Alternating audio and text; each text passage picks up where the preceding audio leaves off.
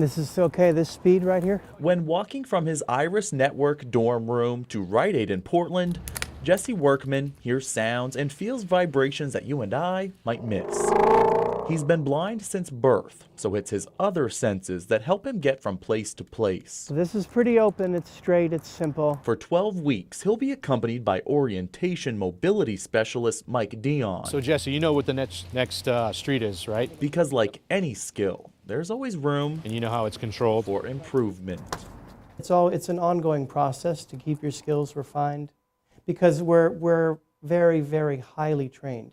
And so it's like any skill. If you get out of practice a little bit, you get a little rusty. Following this, it's called Shoreline. The program through the Iris Network helps a wide variety of clients, from those who have been blind their entire life, like Jesse, It's a one-way on state. to others who have received a diagnosis that will lead to vision loss and who want to learn how to get around without their sight. We'll let this cycle go through. No matter the case, Mike uses the same empathy when walking around traffic and through intersections. That's one of the things we work on is diagnosing the intersection characteristics, whether they're, one-way, two-way, whether they're controlled by stop sign or stoplight.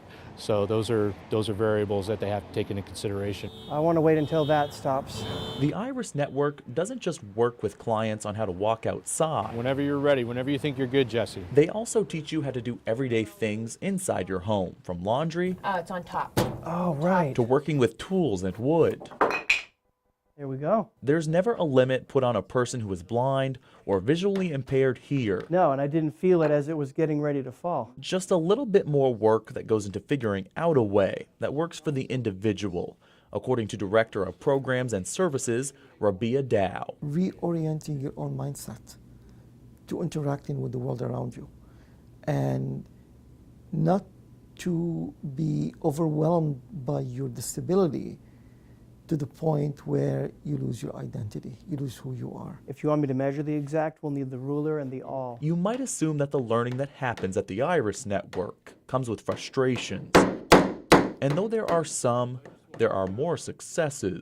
That was the best I've ever done in it. Because clients like Jesse have already coped with what their blindness means. Whatever challenges blindness brings, all people are dealing with something. It's deering. So do you remember how it's controlled? This is the time to learn how to live with it. How we feel in our body, it's our perceptions.